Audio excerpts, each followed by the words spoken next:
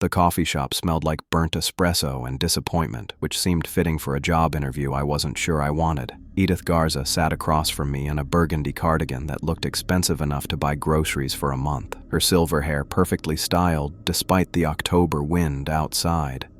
She had the kind of maternal warmth that made you want to confess your failures, which was exactly what I'd been doing for the past 20 minutes.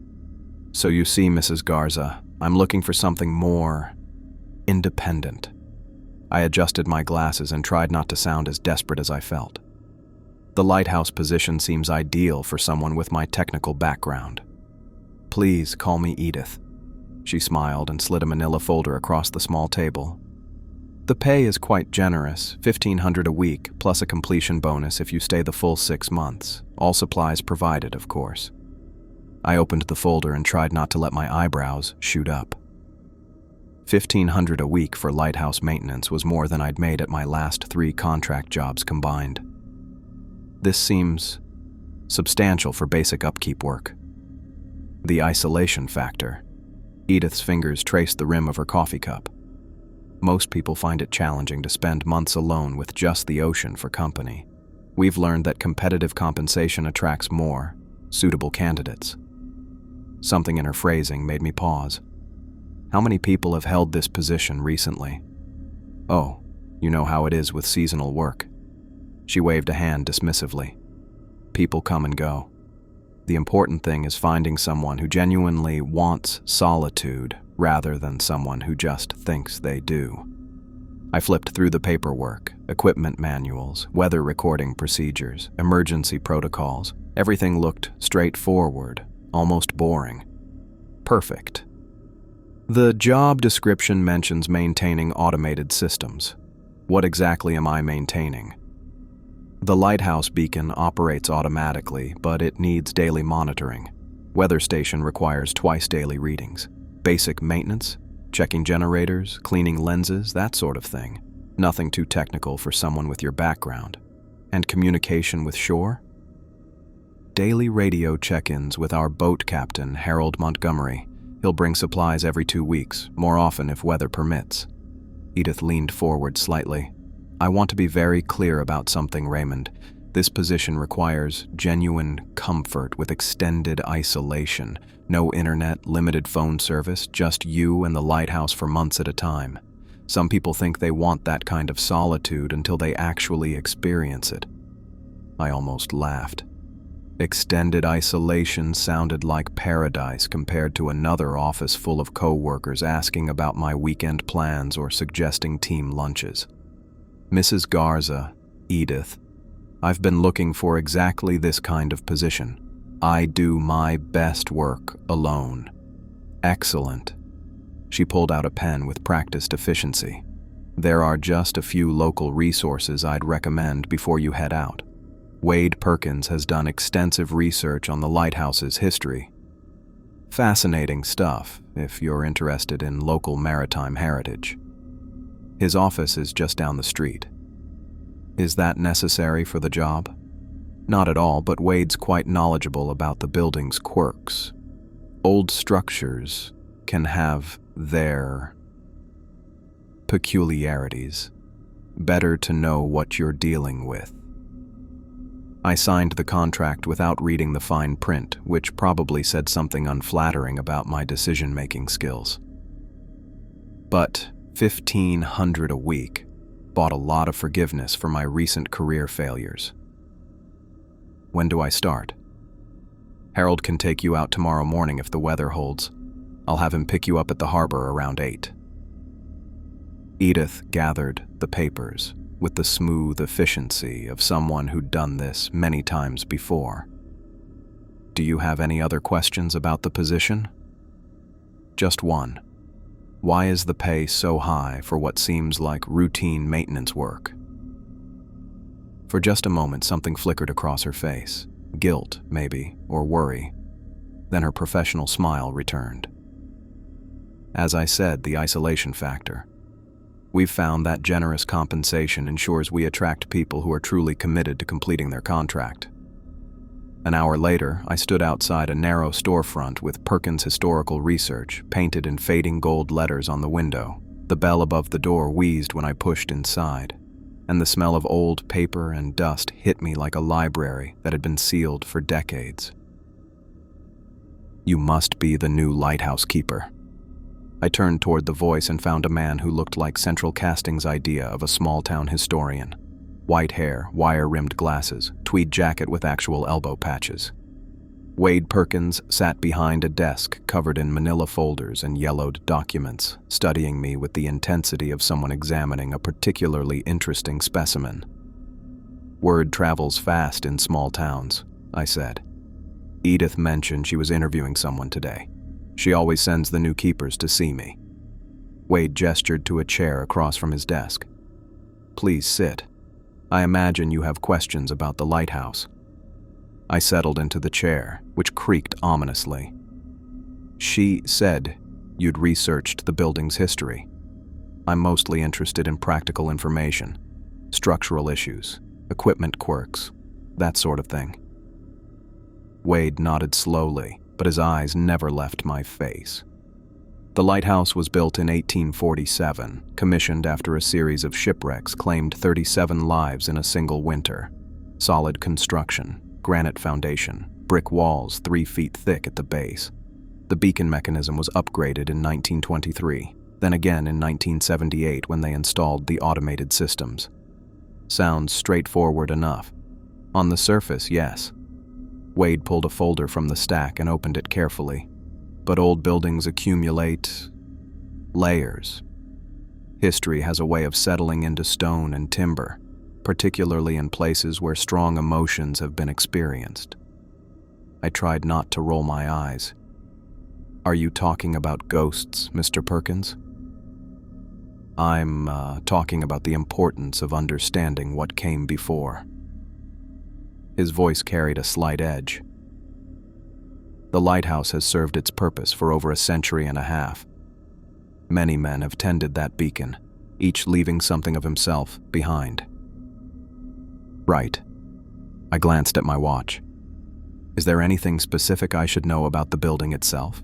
Structural weak points, maintenance issues, that kind of thing?" Wade studied me for a long moment, then pulled out a hand-drawn floor plan. "The lighthouse has 4 levels plus the beacon room. Living quarters on the first floor, storage and equipment on the second, weather station on the third. The 4th level houses the beacon mechanism." I leaned forward to examine the diagram. "What's this room here?" I pointed to a space marked on the 2nd floor that seemed separate from the main storage area. "Ah." Wade's finger traced the outline. "That would be the sealed room. Previous keepers used it for personal storage. It's been closed off for some time now." "Closed off how?" "Iron door, bolted shut. Best to leave it that way." Wade's tone suggested the conversation was over, but something in his manner made me push. "Why? What's in there?" "Nothing that concerns current operations." Wade closed the folder with deliberate finality. "The lighthouse functions perfectly well without access to that particular space." His evasiveness irritated me. Small-town historians loved their mysteries and local legends, but I needed practical information, not folklore. "Mr. Perkins, I'm an engineer. If there's a structural issue or safety concern, I need to know about it." "There's no safety concern, provided you leave the sealed areas alone." Wade removed his glasses and cleaned them slowly. "Some doors are closed for good reasons, Mr. Mendoza. The lighthouse has operated successfully for decades, with that room sealed. I see no reason to change that arrangement." "But you won't tell me why it was sealed in the first place." "Because the why isn't important. What matters is that you focus on your assigned duties, maintaining the beacon, recording weather data, keeping the automated systems operational. Everything else is historical curiosity." I stood up, frustrated by his cryptic responses. "Thanks for the building layout. I'll figure out the rest as I go." "Mr. Mendoza," Wade's voice stopped me at the door. "The lighthouse is an isolated place.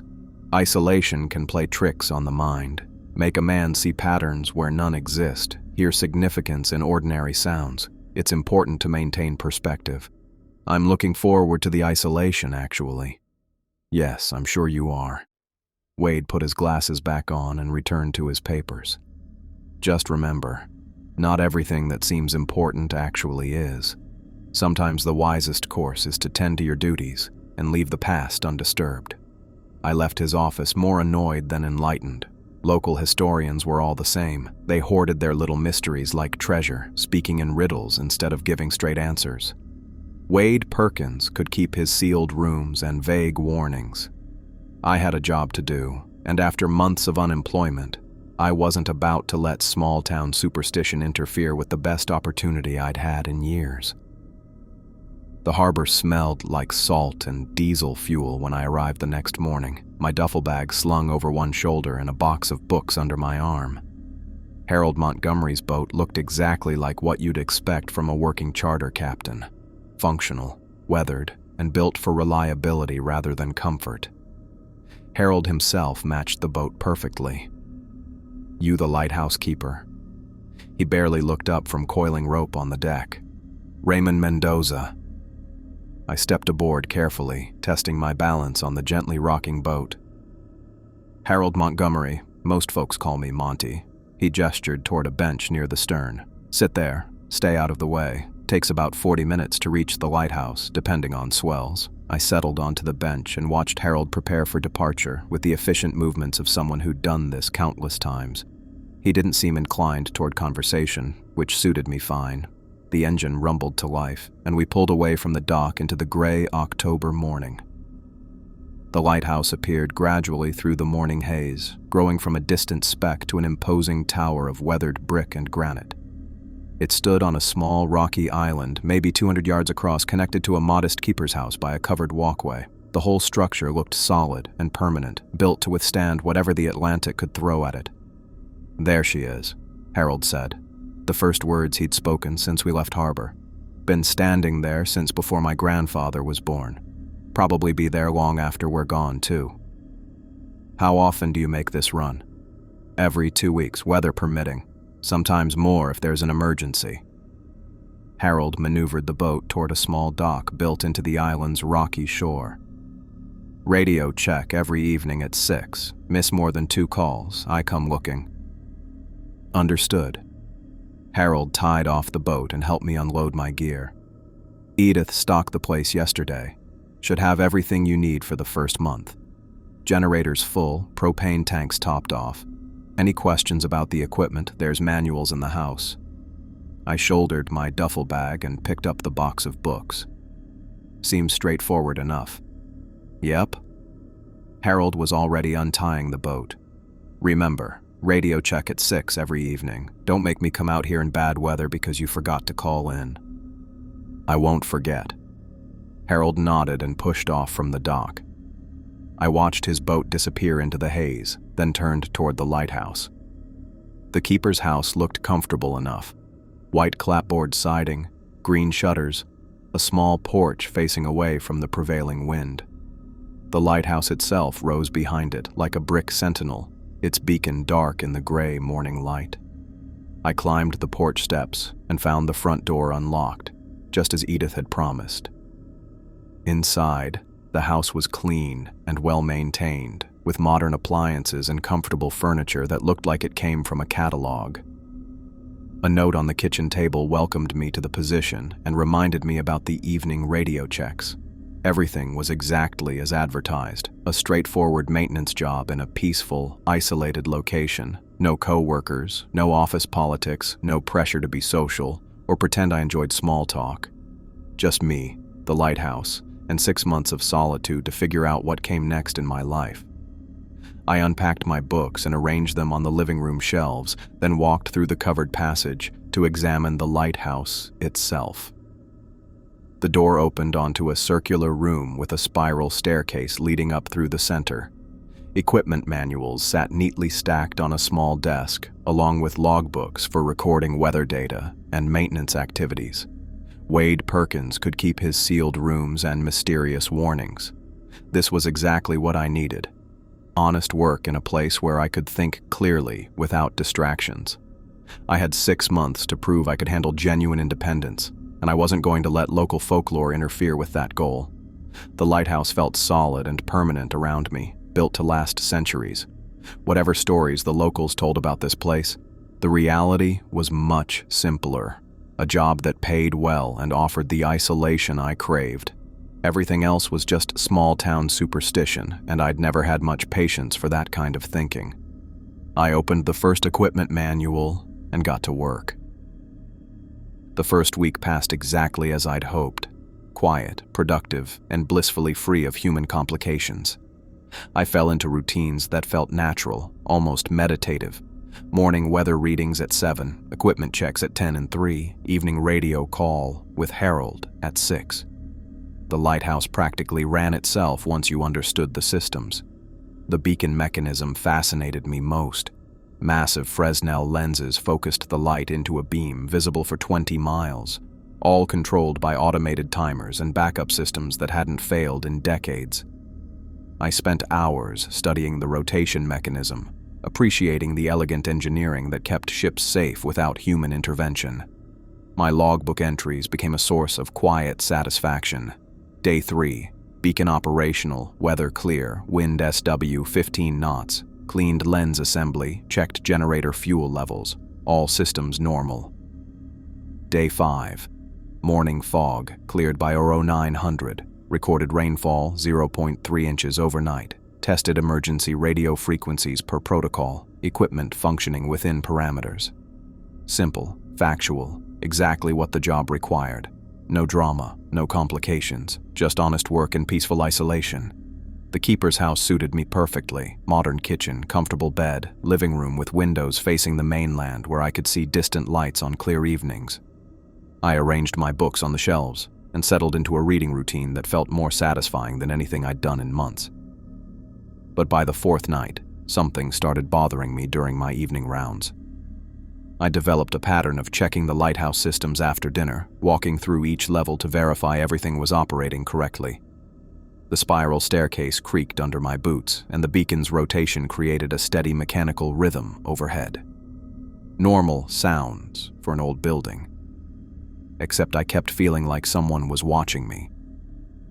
Not constantly, just during specific moments when I'd pause to check a gauge or record a reading. The sensation would hit suddenly, that prickly awareness you get when someone's staring at you from across a room. I'd turn around, scan the circular space, find nothing but shadows and equipment. Psychological adjustment to isolation, obviously. I'd read about this phenomenon in survival manuals. Extended solitude could create phantom sensations, as the brain tried to fill sensory gaps. Perfectly normal response to an abnormal environment. The feeling got stronger on the 5th night. I was checking the weather station on the 3rd level when it happened again. That unmistakable sense of being observed. This time I didn't turn around immediately.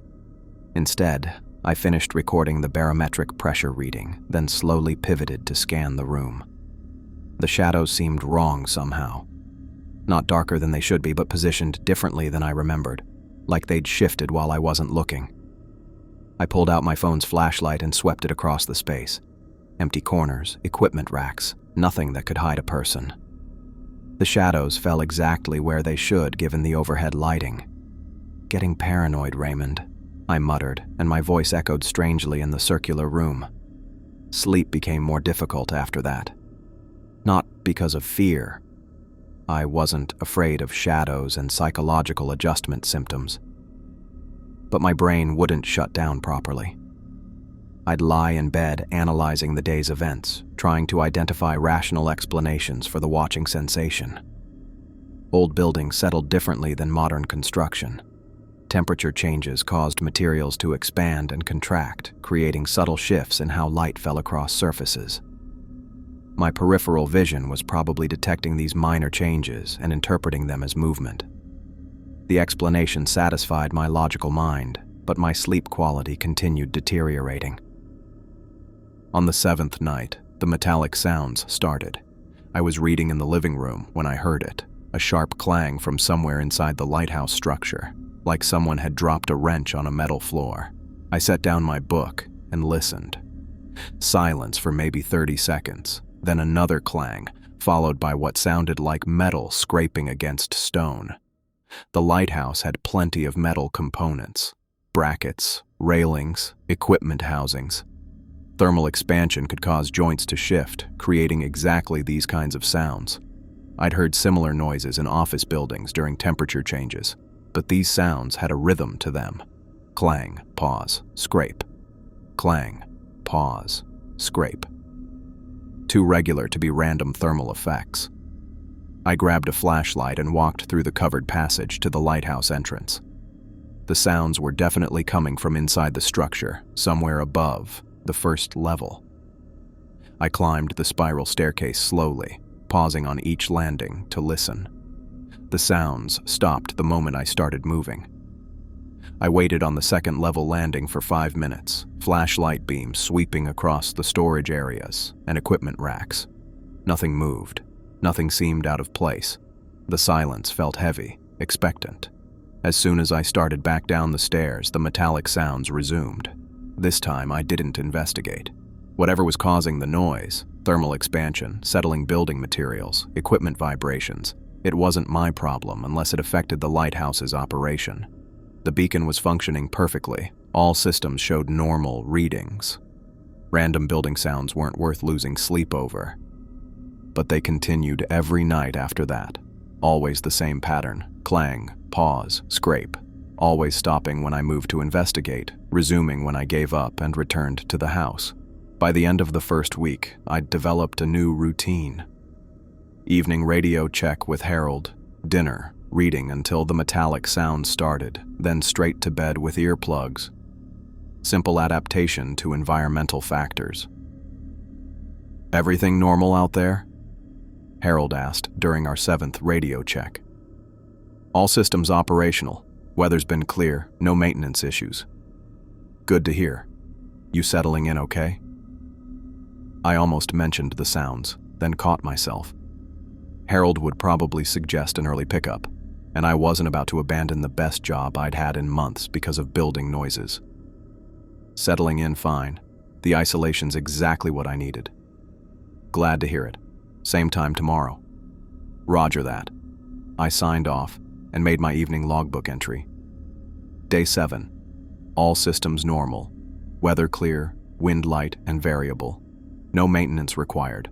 Factual, professional, exactly what the job demanded.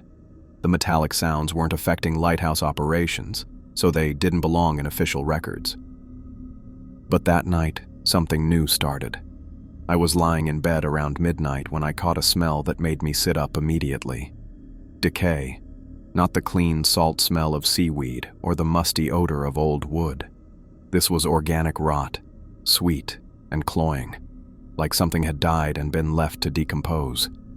I pulled on clothes and grabbed my flashlight. Dead animals could create serious health hazards, especially in an enclosed environment. I needed to find the source and dispose of it properly. The smell was strongest near the lighthouse entrance, so I started there and worked systematically through each level. I checked every corner, every storage area, every piece of equipment that could hide a dead bird or rodent. Nothing. The smell seemed to move as I searched, always strongest in areas I hadn't checked yet, fading from places I'd already examined. By the time I'd covered the entire lighthouse structure, I couldn't detect it anywhere. I stood in the beacon room, breathing normally, smelling only the usual mixture of metal, old brick, and salt air. No trace of decay. Olfactory hallucinations were another documented effect of isolation. The brain could generate phantom smells just like phantom sensations of being watched. Stress, disrupted sleep patterns, and sensory deprivation all contributed to these symptoms. I returned to bed and made a mental note to research isolation psychology more thoroughly. Understanding the mechanisms behind these experiences would help me manage them more effectively. The smell returned the next night, and the night after that. Always around midnight. Always seeming to move just ahead of my searches. Always disappearing completely by the time I'd finished investigating. I stopped looking for dead animals after the 3rd night. Whatever was causing the phantom odor, it wasn't anything I could find or fix. Better to accept it as another psychological adjustment symptom and focus on maintaining the lighthouse systems. My sleep got worse, but my work performance remained excellent. The beacon operated flawlessly, weather recordings were precise and timely, equipment maintenance stayed ahead of schedule. I was proving I could handle genuine independence despite minor psychological side effects. The watching sensation, metallic sounds, and phantom smells were just my brain's way of adjusting to extreme isolation. Perfectly normal responses that would fade once I'd fully adapted to the environment. I had 5 months and 3 weeks left to complete my contract. More than enough time to overcome these temporary adjustment issues and prove I could thrive in genuine solitude. The lighthouse stood solid and permanent around me, exactly as it had for over a century. Whatever stories the locals told about this place, the reality was much simpler. Honest work in peaceful isolation, with minor psychological side effects that any rational person could manage. I wasn't going to let phantom sensations interfere with the best opportunity I'd had in years. The dreams started during my second week, and they weren't the kind you forget when you wake up. I was standing in the lighthouse beacon room, but it looked different, older somehow, with brass fittings instead of the modern steel I knew. My hands moved across the controls with practiced familiarity, adjusting mechanisms I'd never seen before. Except they weren't my hands. The fingers were longer, more weathered, with a jagged scar across the knuckles. "Another ship coming in too close," I heard myself say, but the voice wasn't mine either. Deeper, rougher, with an accent I couldn't place. Damn fools never learn. I watched through eyes that weren't mine as a schooner fought against heavy seas, its masts snapping like twigs in the wind. The beacon swept across the water, but instead of guiding the ship to safety, he, was deliberately misdirecting it toward the rocks. I woke up gasping, my heart hammering against my ribs. The digital clock read 3:17 a.m., and rain was pattering against the bedroom windows. Just a nightmare brought on by isolation stress and too much reading about maritime disasters before bed. But the dream felt more real than the room around me. The next night, I was back in the lighthouse, but this time I was writing in a leather-bound journal with a fountain pen that scratched against the paper. The handwriting flowing from the pen looked nothing like my usual scrawl, elegant, old-fashioned script that belonged in a museum. Day 43, I wrote. The waking man grows weaker. Soon I'll be free to do what needs doing. I tried to stop writing, to put down the pen, but my hand kept moving across the page. He thinks he's going mad, poor fool. Doesn't understand that madness is just another word for seeing clearly. This time when I woke up, I was sitting at the kitchen table with my own pen in my hand. No journal, no elegant script, just me in my pajamas at 4 a.m. with no memory of getting out of bed. The dreams came every night after that, each one more vivid than the last. I started looking forward to them, which should have worried me more than it did. My waking hours felt flat and colorless compared to the intensity of those nighttime visions. In the dreams, I was Holt. That name came to me without explanation, like remembering something I'd always known. He'd been a lighthouse keeper too, but decades earlier when everything was done by hand. He knew every stone in the foundation, every timber in the walls, every trick of wind and weather that could threaten ships in the channel. Holt had watched dozens of vessels founder on the rocks below the lighthouse. Sometimes he tried to save them, sometimes he didn't bother, and sometimes, this was the part that made me wake up sick with horror, he actively guided them to their destruction. "They're all fools," Holt would mutter as he adjusted the beacon's focus. "Thinking they can master the sea with their engines and their instruments. The sea takes what it wants, and I'm just helping it choose." I'd watch through his eyes as he deliberately dimmed the beacon during storms, or shifted its timing to confuse ships about their position. The worst dreams showed him standing on the catwalk during hurricanes, laughing as vessels broke apart on the rocks below. But here's the thing that really disturbed me. In the dreams, Holt's actions felt completely rational. When I was experiencing his memories, his logic made perfect sense. The ships were intruding on his domain, disturbing his solitude, bringing chaos to his ordered world. Of course he'd want them gone. It was only when I woke up that the horror hit me. I'd never hurt anyone in my life, never even gotten into a serious fight. The idea of deliberately causing shipwrecks was so foreign to my nature that it felt like watching someone else's memories. Which is exactly what they were, obviously. Isolation-induced hallucinations drawing on maritime history I'd absorbed from books and local stories. My brain was creating a fictional character to process the stress of extended solitude. The rational explanation didn't make the dreams less compelling. By the third week, I was spending more time asleep than awake. I'd finish my required duties, weather readings, equipment checks, radio calls, then immediately return to bed, eager to slip back into Holt's world. His existence felt more substantial than mine, more purposeful. In one particularly vivid dream, I was climbing the spiral staircase during a violent storm. Rain lashed through broken windows, and the whole structure swayed in the wind. Holt moved with absolute confidence, his boots finding purchase on wet, metal steps that would have terrified me in waking life. He reached the catwalk and stepped outside into the hurricane. Wind tried to tear him from the platform, but he held the railing with hands that knew exactly how much force the metal could withstand. Below, waves crashed against the lighthouse foundation with enough power to shake the entire building. 47 years, Holt shouted into the storm. 47 years of watching them come and go, thinking they own the sea, but the sea owns everything, and I'm its servant. He climbed onto the railing, balancing easily despite the wind. For a moment he stood there, arms spread wide, face turned up to the rain. Then he stepped forward, into empty air. I felt the fall, the brief weightlessness, the sudden impact, the cold shock of water closing over my head. But instead of drowning, I sank deeper and deeper until the pressure crushed the life from my lungs. I woke up choking, my throat raw like I'd actually been underwater. The taste of salt filled my mouth, and my clothes were soaked with sweat that felt exactly like seawater. That dream shook me more than the others, because it felt like a warning, or maybe a prediction.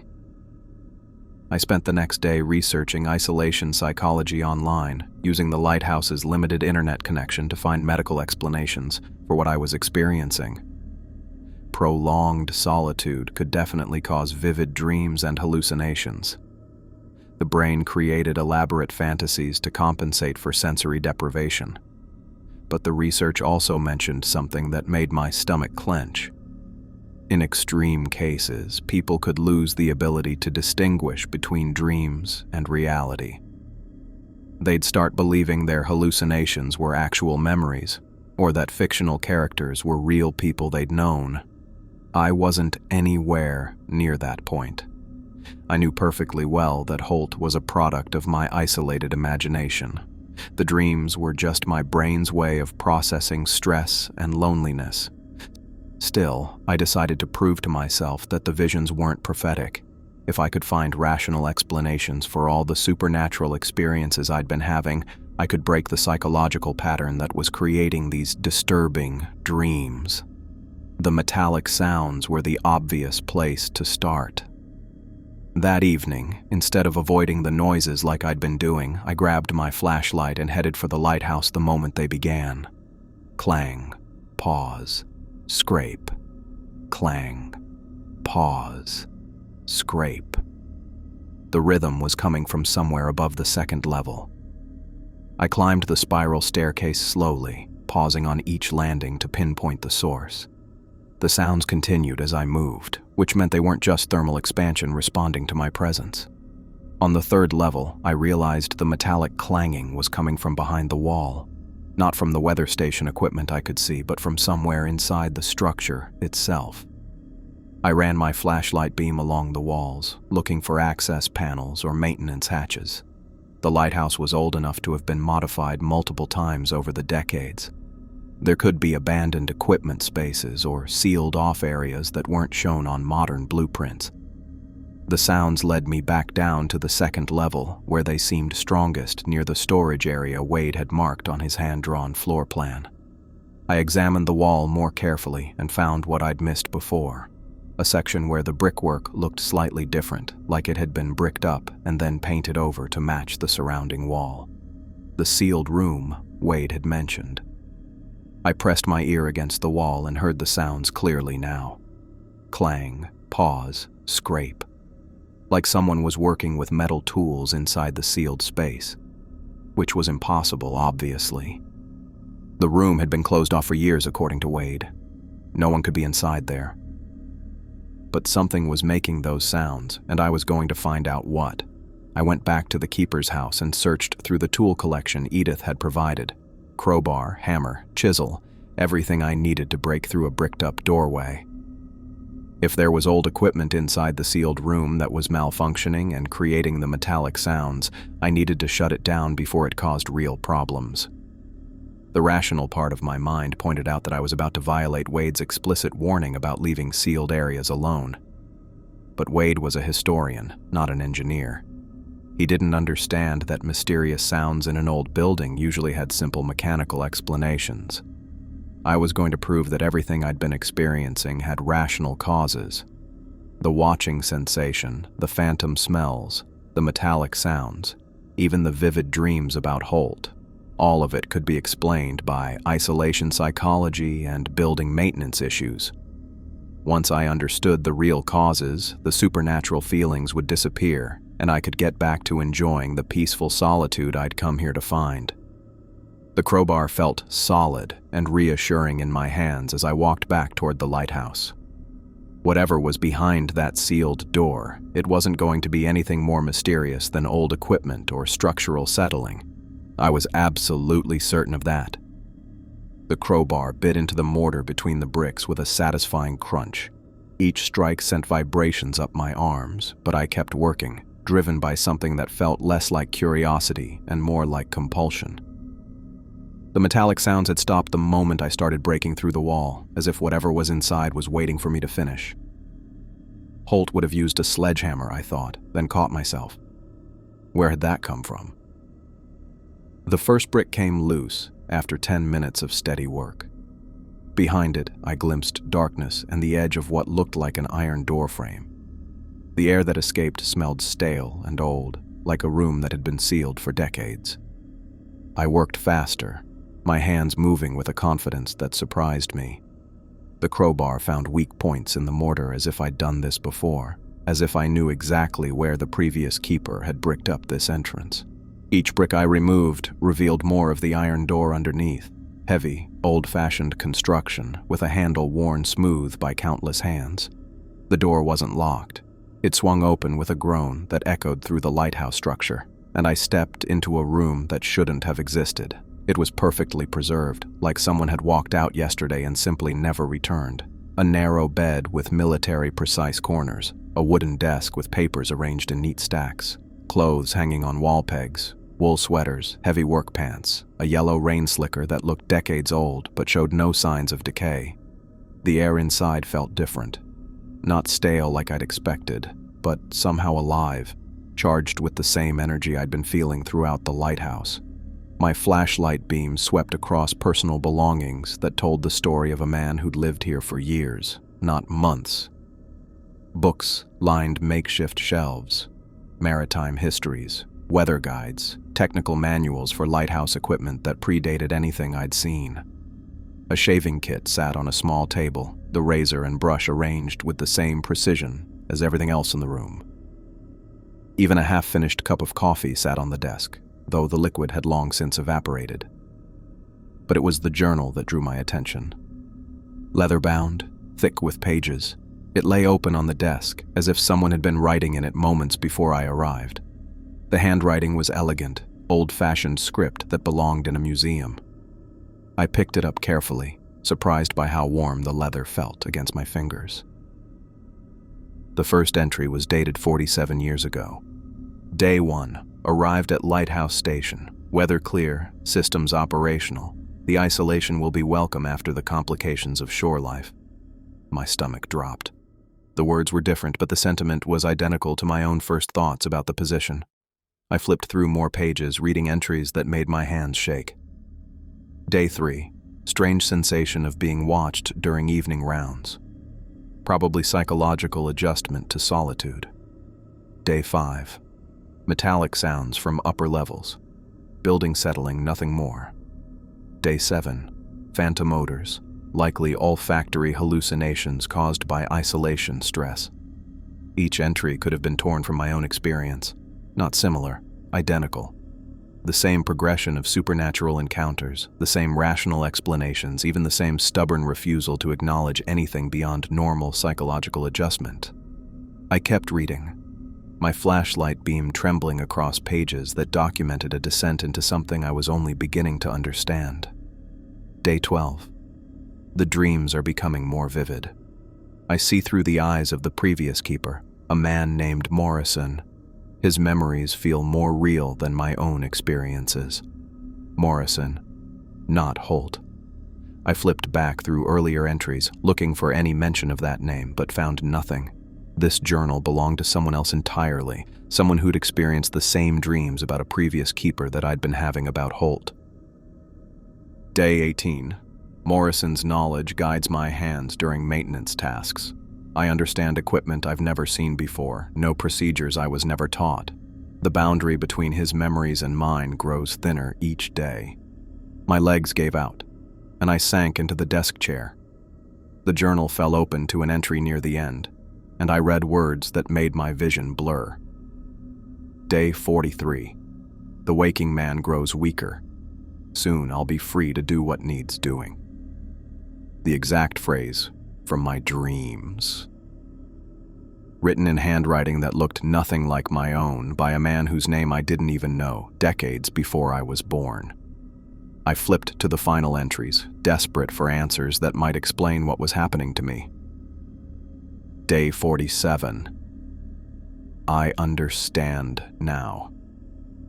Morrison was never real. He was the keeper before me. Each man experiences the same visions, the same gradual surrender to memories that aren't his own. We're all links in a chain that stretches back to the Lighthouse's beginning. Day 48. Tried to leave today. Harold's boat wouldn't start when he came for supplies. Engine failure, he said. But I know better. The Lighthouse won't let me go until the cycle is complete. Day 49. Found Morrison's journal hidden behind loose stones in the foundation. His experiences matched mine exactly, down to the specific content of dreams and hallucinations.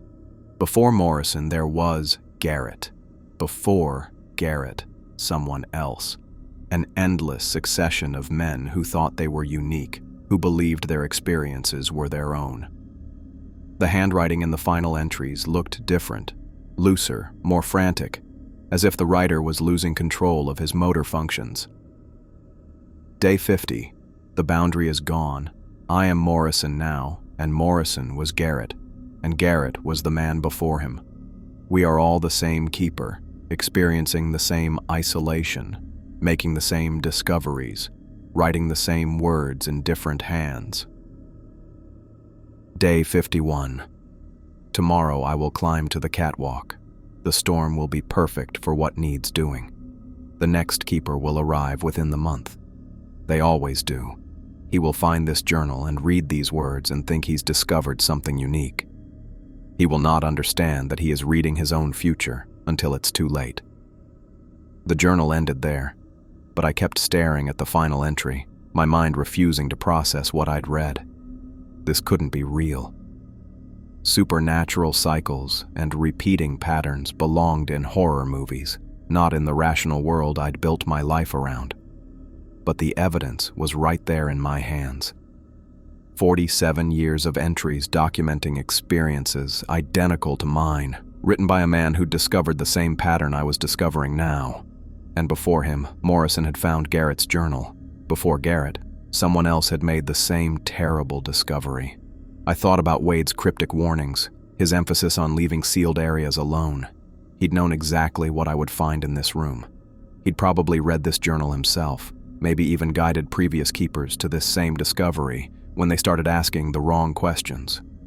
The watching sensation, the metallic sounds, the phantom smells, none of it was psychological adjustment to isolation.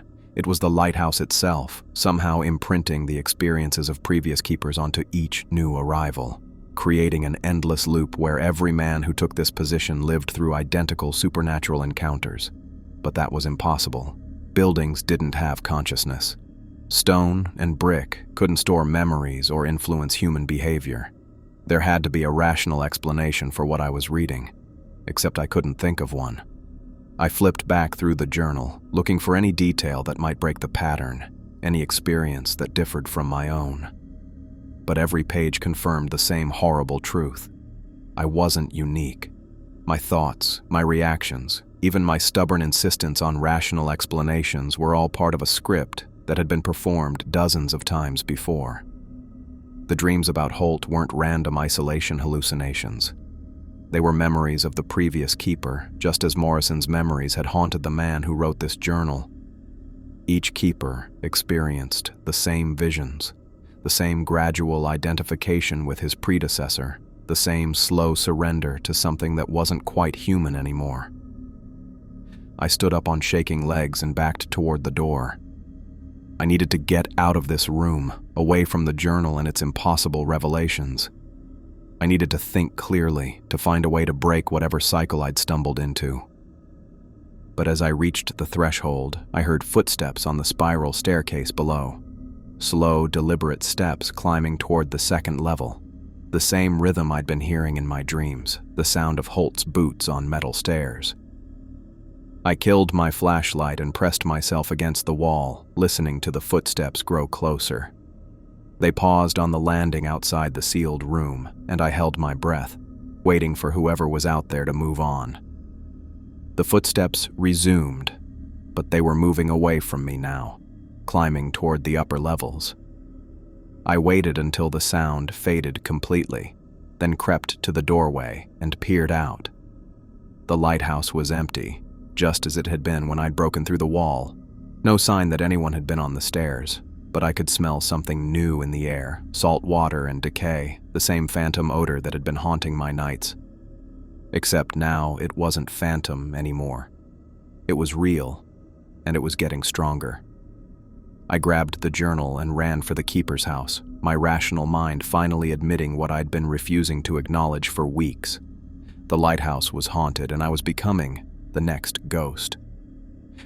I stared at the journal in my hands, its leather cover warm against my palms like living skin. The final entries blurred together as I read them again, searching for some detail I'd missed, some escape clause hidden in the elegant script. Day 52. The waking man fights harder now, but his resistance only feeds what I'm becoming. Soon there will be no distinction between his thoughts and mine. Day 53. I must stop him before he ruins everything. The lighthouse needs a proper keeper, not some frightened fool who jumps at shadows.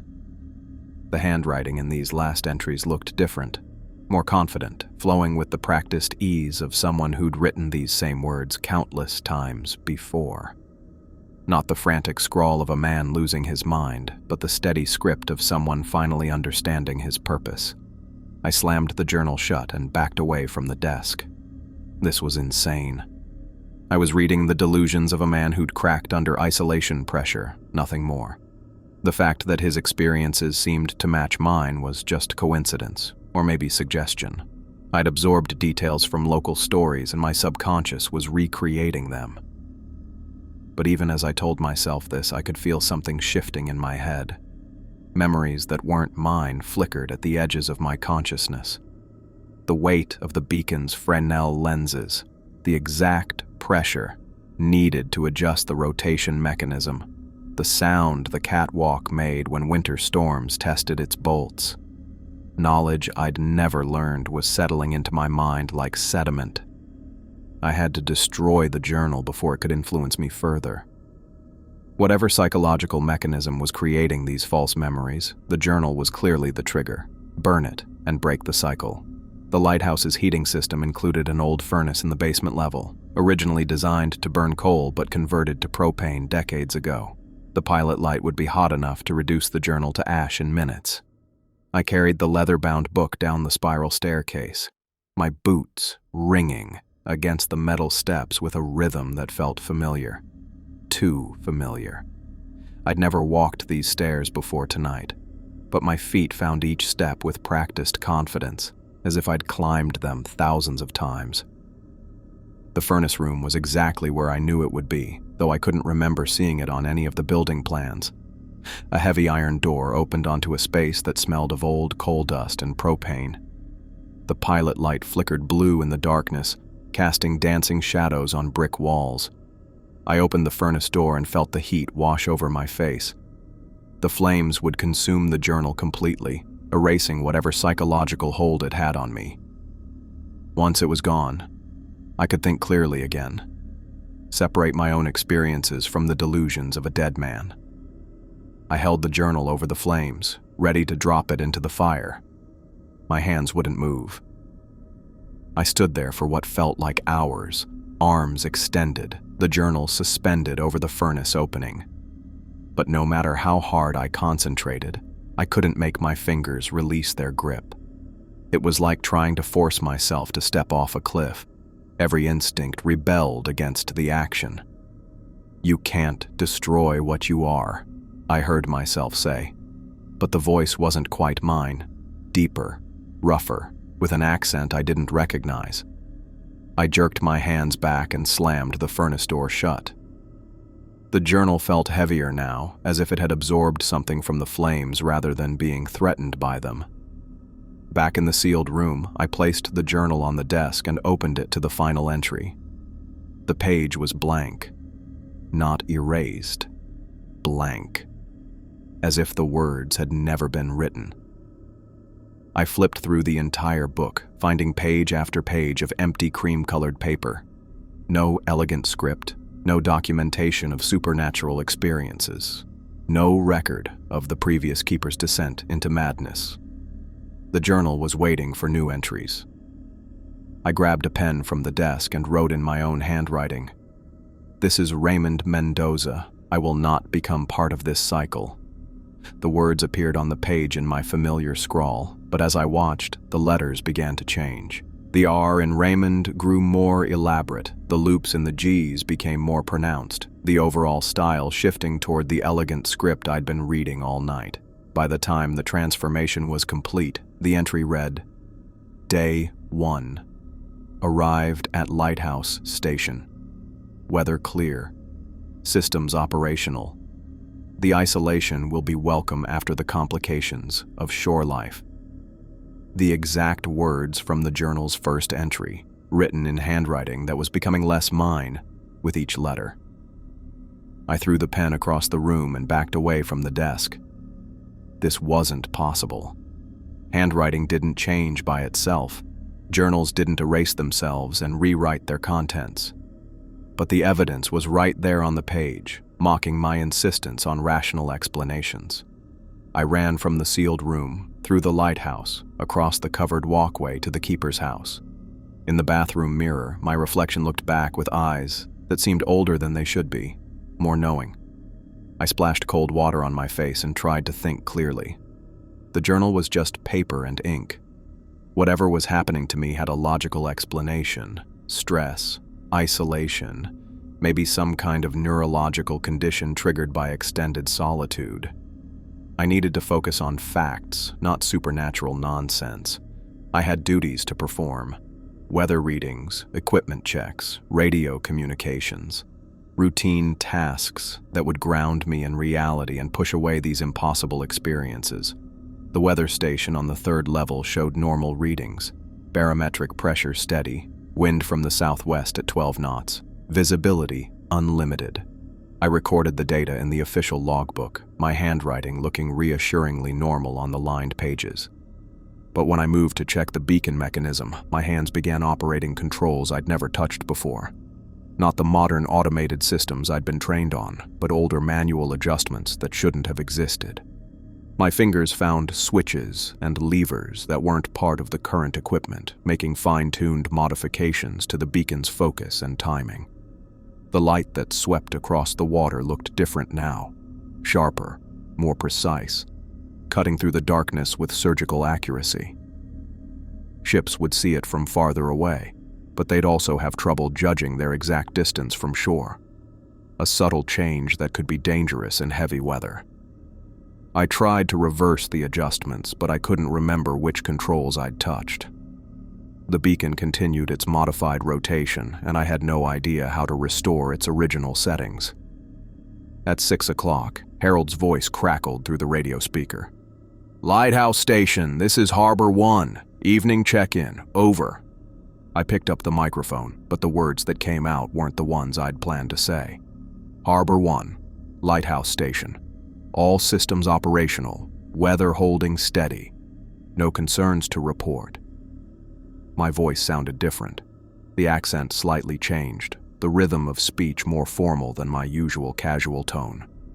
I tried to correct it, to speak in my normal voice, but the words continued flowing in patterns that felt foreign. "Copy that, Lighthouse. You sound different tonight, Raymond. Everything okay out there?" "Just tired, Harold. Long day of maintenance work. Nothing to worry about." But I wasn't tired, and I hadn't done any unusual maintenance. The response came automatically, as if someone else was speaking through me. "All right then, same time tomorrow. Harbor 1 out." I set down the microphone with hands that were shaking. Harold had noticed the change in my voice, which meant it was real, not just my imagination. Something was altering the way I spoke, making me sound like someone else, like Holt. I opened the official logbook to record the evening's activities and watched in horror as my handwriting continued its transformation. The letters flowed across the page in elegant script that belonged in a museum, documenting equipment adjustments I didn't remember making. Day 15. Modified beacon focus for optimal performance during autumn weather patterns. Previous settings were inadequate for current maritime traffic. Efficiency improved by estimated 12%. I hadn't made any modifications. The beacon was operating exactly as it had since my arrival. But the logbook entry described specific technical changes in language I'd never use. I tried to write a correction to document what had actually happened, but my hand refused to cooperate. The pen moved across the page with smooth confidence, adding details about maintenance procedures I'd never learned. Cleaned Fresnel lenses using traditional methods rather than modern chemical solutions. Original techniques prove more effective for preserving optical clarity. Knowledge of proper procedures returning gradually. Returning, as if I'd known these techniques before and was simply remembering them. I slammed the logbook shut and stumbled back to the keeper's house. In the kitchen, I made coffee with hands that moved too confidently, measuring grounds and water with precision I'd never possessed. The coffee tasted different too. Stronger, more bitter. Exactly the way I'd never liked it. But now it tasted perfect. I sat at the kitchen table and tried to think through what was happening to me. The rational explanations were becoming harder to maintain. Isolation, stress, didn't change handwriting or alter speech patterns. Psychological adjustment didn't create knowledge of equipment procedures I'd never been taught. Something was taking over my mind, replacing my thoughts and memories with those of a dead man. The process was gradual but accelerating, and I was running out of time to stop it. I needed help. Harold had noticed the changes in my voice, which meant he might be willing to listen if I explained what was happening. The Coast Guard had protocols for medical emergencies, and this definitely qualified as a medical emergency. But when I reached for the radio, I found a note written in my own handwriting on the table beside it. "Don't call for help. They won't understand. You're becoming what you need to be." I had no memory of writing those words. I crumpled the note and threw it in the trash, then immediately retrieved it and smoothed it out on the table. The handwriting was definitely mine, but the message felt like a warning from someone else, someone who knew what was best for me. I went to bed that night with the note clutched in my hand, reading it over and over until the words lost all meaning. Outside, the lighthouse beacon swept across the water with its modified timing, guiding ships with knowledge that belonged to a dead man. In the morning, I would find more notes written in my handwriting, warnings and instructions I had no memory of creating. My consciousness was fragmenting, splitting between the man I'd been and something else entirely. The waking man was growing weaker, just as the journal had predicted, and I was beginning to understand that this might not be something I wanted to fight. I grabbed the crowbar again, my hands moving with desperate purpose. If breaking into the sealed room had triggered this nightmare, then sealing it back up might stop the process. Simple cause and effect. Destroy the trigger. Break the cycle. The bricks I'd removed lay scattered on the lighthouse floor like broken teeth. I stacked them carefully against the iron door frame, mixing fresh mortar from supplies in the storage room. My hands worked with surprising skill, laying each brick with the precision of someone who'd done masonry work for years. Which I hadn't. But Holt had helped repair the lighthouse foundation after the hurricane of '73, and his muscle memory was bleeding through my consciousness like ink through paper. I forced myself to focus on my own thoughts, my own knowledge. I was Raymond Mendoza, electrical engineer, not some dead lighthouse keeper from decades past. I knew circuit diagrams and voltage calculations, not stonework and mortar mixing, but the bricks fit together perfectly under my hands. It took 3 hours to rebuild the wall, sealing the iron door behind fresh mortar and paint that matched the surrounding surface. When I finished, the wall looked exactly as it had when I'd first arrived. No sign that it had ever been disturbed. I stepped back, breathing hard, and waited for the supernatural pressure in my head to ease. The sealed room was closed again. The journal was trapped behind brick and mortar. The cycle should be broken. The wall exploded outward. Bricks flew across the lighthouse floor with enough force to crack the opposite wall. Mortar, dust, filled the air, like fog. And through the choking cloud, I saw the iron door standing wide open. Not damaged, not forced. Simply open, as if my 3 hours of desperate work had never happened. The journal lay on the desk inside, opened to a fresh page where elegant script was already forming. Day 16, attempted to seal the door, foolish gesture. The lighthouse chooses its own boundaries. I hadn't written those words. I was standing 20 feet away, watching them appear letter by letter in handwriting that was becoming more mine with each stroke. You can't fight what you're becoming, I heard myself say, but my lips hadn't moved. The voice came from inside the sealed room, where my reflection stood beside the desk, pen in hand. I looked down at my empty hands, then back at the reflection that was writing in the journal without my conscious control. My mirror image smiled and continued writing, documenting thoughts I hadn't thought and actions I hadn't taken. The storm hit that evening, like the lighthouse had summoned it. I'd seen the weather reports during my afternoon radio check, a minor system moving through, maybe some rain and wind, but nothing dangerous. Harold had confirmed normal conditions when he'd called at 6, though his voice had sounded strained. "You sure you're okay out there, Raymond? You've been sounding different lately." "I'm fine, Harold, just the isolation getting to me a little." But even as I said it, I knew my voice carried that strange accent again, the formal speech patterns that belonged to someone else. Harold had noticed too.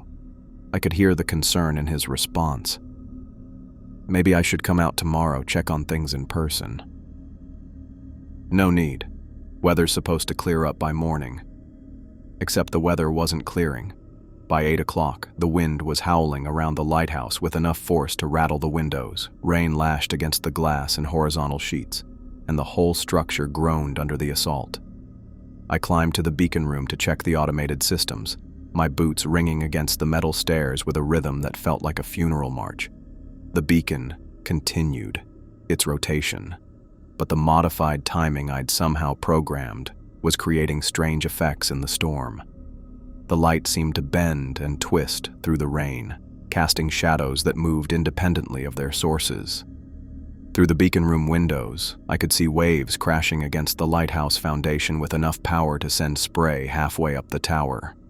The storm was far worse than anything the weather service had predicted, as if natural forces were responding to something beyond meteorology. That's when I heard the voices. At first, they were just whispers in the wind, words I couldn't quite make out over the storm's roar. But as the night wore on, they became clearer, more distinct. Multiple voices calling from different directions, some from inside the lighthouse, others from the storm itself. Raymond. My name carried on the wind, spoken in tones I didn't recognize. Holt. The other name came from inside the building, echoing up the spiral staircase. Raymond. Holt. Raymond. Holt. The voices were calling both names with equal insistence, as if they couldn't decide which one I was supposed to answer to. Or maybe they understood something I was still refusing to accept. That the distinction between Raymond and Holt was disappearing. I tried to ignore the voices and focus on the beacon controls, but my hands were operating equipment that shouldn't have existed. Brass fittings and manual adjustments that belonged to an earlier era, mechanisms I could see clearly, despite the fact that the beacon room contained only modern, automated systems. I was experiencing two realities simultaneously: the lighthouse as it existed now, and the lighthouse as it had been during Holt's time. Both versions were equally real, equally present, and I was somehow standing in both at once. The radio crackled to life, Harold's voice cutting through the static. Lighthouse Station Harbor 1. Raymond, you there? This storm came out of nowhere. I'm seeing 40-knot winds and 8-foot seas. You need pickup? I reached for the microphone, but my reflection in the radio's chrome surface was already holding it, speaking words I hadn't chosen. Harbor 1, Lighthouse Station. Conditions manageable here. No assistance required. Raymond, that doesn't sound like you. What's your status? My reflection smiled and keyed the microphone again. This is Holt. Raymond's indisposed at the moment. The radio went dead. Not static, not interference. Complete silence, as if the connection had been severed at the source. I grabbed the microphone and tried to call Harold back, but the radio wouldn't respond.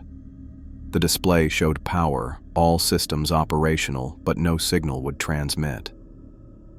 My last connection to the outside world had been cut. I ran to the bathroom mirror, desperate to understand what was happening to my reflection. The face that looked back was still mine, but the eyes held knowledge I'd never possessed.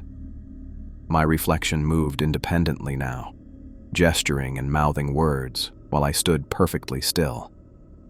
In the mirror, I watched myself walk to the sealed room and pick up the journal. My reflection began writing while I remained in the bathroom, documenting events from a perspective I wasn't experiencing. Day 17. The storm provides perfect cover for the transition. Harold suspects something but won't risk the crossing in these conditions. By morning, Raymond will be gone and only Holt will remain. I pressed my hands against the mirror, trying to force my reflection to match my movements. But the figure in the glass continued writing, occasionally looking up to smile at me with my own face. You understand now, my reflection said, though I heard the words inside my head rather than through my ears. Fighting only makes it harder. Let go, and the pain stops. The voices in the storm were getting louder, more insistent. Raymond. Holt. Come outside. Time to finish this. I found myself walking toward the lighthouse entrance, though I had no memory of deciding to move. My feet carried me up the spiral staircase with the confidence of someone who'd climbed these steps thousands of times. The beacon room door opened under my hand and I stepped onto the catwalk into the full fury of the storm. Wind tried to tear me from the platform, but my hands found the railing with practiced ease. Rain lashed my face, but I didn't flinch or try to shield my eyes. The storm felt familiar, like coming home after a long absence. Below, waves crashed against the lighthouse foundation with enough force to shake the entire structure. But I wasn't afraid. The lighthouse had weathered storms like this for over a century. It would outlast this one too, just as it would outlast me. Through the rain and wind, I saw a figure standing at the edge of the catwalk. Not solid, but not quite transparent either. A presence that existed somewhere between memory and reality. He wore the yellow rain slicker I'd seen hanging in the sealed room, and his face was weathered by decades of salt air and solitude. Holt looked exactly as I'd imagined him during those vivid dreams, but seeing him now felt like looking at an old photograph of myself. 47 years, he said, his voice somehow audible over the storm. 47 years of watching them come and go, thinking they could master the sea with their engines and instruments. I tried to speak, to ask him what he wanted, but the words that came out weren't mine. The sea takes what it wants, I heard myself say, and we're just helping it choose. Holt smiled and stepped onto the railing, balancing easily despite the wind. For a moment he stood there, arms spread wide, face turned up to the rain. Then he stepped forward into empty air. I watched him fall, his yellow slicker bright against the dark water. But instead of hitting the waves, he seemed to dissolve into the storm itself, becoming part of the wind and rain that battered the lighthouse. And in that moment, I understood.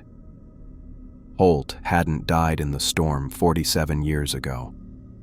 He'd become part of the lighthouse itself, his consciousness absorbed into the stone and brick and metal that had been his world for so long. Every keeper since then had experienced the same transformation, their individual identities dissolving into something larger and more permanent. I was the latest in an endless succession of men who'd thought they were unique, who'd believed their experiences were their own. But we were all the same keeper, experiencing the same isolation, making the same discoveries, writing the same words in different hands. The lighthouse didn't just need a keeper, it needed to become one with its keeper, to absorb each man's consciousness and add it to the collective memory that guided ships through dangerous waters. I looked down at my hands and saw they were no longer quite mine. The fingers were longer, more weathered, with a jagged scar across the knuckles that I'd never received. When I spoke, the voice that emerged carried an accent I'd never possessed. "Raymond's gone now," I said to the storm. "Has been for days, really. Poor fool never understood what he was becoming." I climbed onto the railing, feeling the wind try to claim me. But I wasn't going to fall like Holt had. I was going to stay, to tend the beacon and guide ships through treacherous waters, to wait for the next keeper to arrive and begin the cycle again. Below in the sealed room, the journal was already preparing itself for Wade's next historical consultation. Fresh pages, clean leather binding, ready to document another man's journey from skeptical isolation to supernatural transformation. The storm began to ease as I climbed down from the catwalk, my purpose finally clear. I had work to do: beacon maintenance, weather recordings, equipment checks. The same duties Raymond had performed, but with the accumulated knowledge of every keeper who'd come before. In a few weeks, maybe a month, Edith would hire another man seeking solitude and independence. He'd arrive full of rational explanations and scientific skepticism, just as I had, just as they all had. And I would be waiting for him, patient and eternal, ready to guide him through the same transformation that had claimed us all. The lighthouse stood solid and permanent around me, exactly as it had for over a century. Whatever stories the locals told about this place, the reality was much simpler. It was home to something that had learned to preserve itself by becoming its caretakers, one consciousness at a time. I opened the logbook and began to write an elegant script that belonged in a museum. Day 1. New keeper expected within the month. Weather systems favorable for transition period. All preparations complete. The beacon swept across the water with perfect timing, its light cutting through the darkness to guide ships safely past the rocks, just as it always had, just as it always would. I was Holt now, and Raymond, and Morrison, and Garrett, and all the others whose names were written in stone in memory. We were the Lighthouse, and the Lighthouse was eternal. The cycle was complete, and ready to begin again.